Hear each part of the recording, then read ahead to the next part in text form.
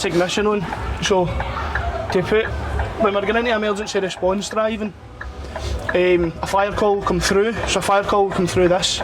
This is called the MDT, Mobile Data Terminal. It'll flash and it'll say mobilisation message. So on this, the officer in charge sits here in the front, and then you've got your driver and your firefighters in the back. So if a call comes through, it'll flash up here and it'll tell us what the incident is. So say it's a 2-car RTC on the A82. Yeah. So whatever information's been given to control, they'll pass that to us. So my job as the officer in charge to then tell the crew, right, we need to go to A82, and then tell the guys in the back, right, that we're going to a 2-car RTC, I want high-vis vests on when we get there. Can we inform the crew what they need to do on when we get there? So if we receive a 999 call, the driver will then activate the lights and sirens. So to do that, they would hit 999. Yeah. Hit 999 button, that activates the siren, and then all the blue lights. Alright. When we're in emergency response driving, we need to use a siren to make the road users aware. So to do that, all we do now is you press the press it again, and again, right, and double. So we want to do that all day. It's a boyhood dream. So the sirens work all differently.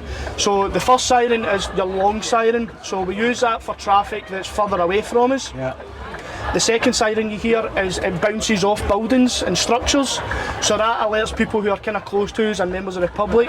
The third one is for pedestrians, so see the very quick tones, it actually vibrates a lot off the eardrums, so when we use that you'll see people do that and cover their ears, but it's designed to alert pedestrians and people know that there's a fire engine there. And you were saying earlier on that the driver's obviously concentrating on driving, but yep. You've got a pedal, so as crew commander you'd be sitting there, yeah? I can't yet, so a crew commander or a watch commander would be the officer in charge. Firefighters within the retained unit and other units, as long as they set an instant command assessment, that they can run in charge. And you've got a pedal down in yep. the footwell there, yep. so that so you can I do can that. operate the pedal here. So the horns, we're not actually allowed to use these unless our sirens fail. Oh, right, okay. So they've found out that the sirens are more effective than the horns. However, if we're going there and the electrics are faulty and the sirens don't work, then we can use the horns. Wow, I didn't realise that fire appliances were automatic. Yep, so all the fire appliances now are automatic. Some very, very old ones that you'll potentially get up maybe the Highlands and Islands and other kind of rural areas. Yeah. There is a couple of manuals out there, but the majority of them are all automatic now. And what other sort of kit have you got in here? You've got a screen in front of you there. So you've the screen, got your two-way radio. Yep, so the screen, that tells us all the information that we need and stuff like that. The radio up here as well, so when we're going to an incident we need to be on a specific radio channel.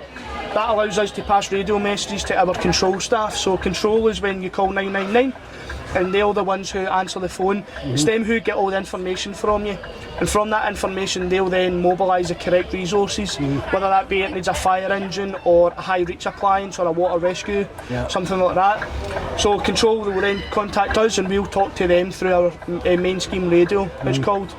The officer in charge needs to pass messages from the incident, so that then allows control to help build a picture and to know what's happening on that incident ground. You've maybe seen there's been some officers here today, so you get station commanders, group commanders. So depending on the type of incident that we're going to, higher senior ranks may be mobilised or may be monitoring the incident, and then depending on what information we're passing from the incident ground, they maybe decide I'm going to go to that and it needs a higher level of command and control. And also depending what incident we're dealing with, so if it was a 2-car RTC say, normally it would be just 2 fire appliances would go to it. However, if I get there and I have a look and I say I need more fire engines here, I need more appliances, I can ask my driver to pass an assistance message, and that's all done through the radio. And how many crews are normally? Normally there's a minimum of 5 crew. On the retained we can go out with a minimum of 4, but that's all skills dependent. So you need an officer in charge, a driver and 2 firefighters that are trained in breathing apparatus. Oh, fantastic. Aye. Right, I need to have one more blast of this before we finish, so...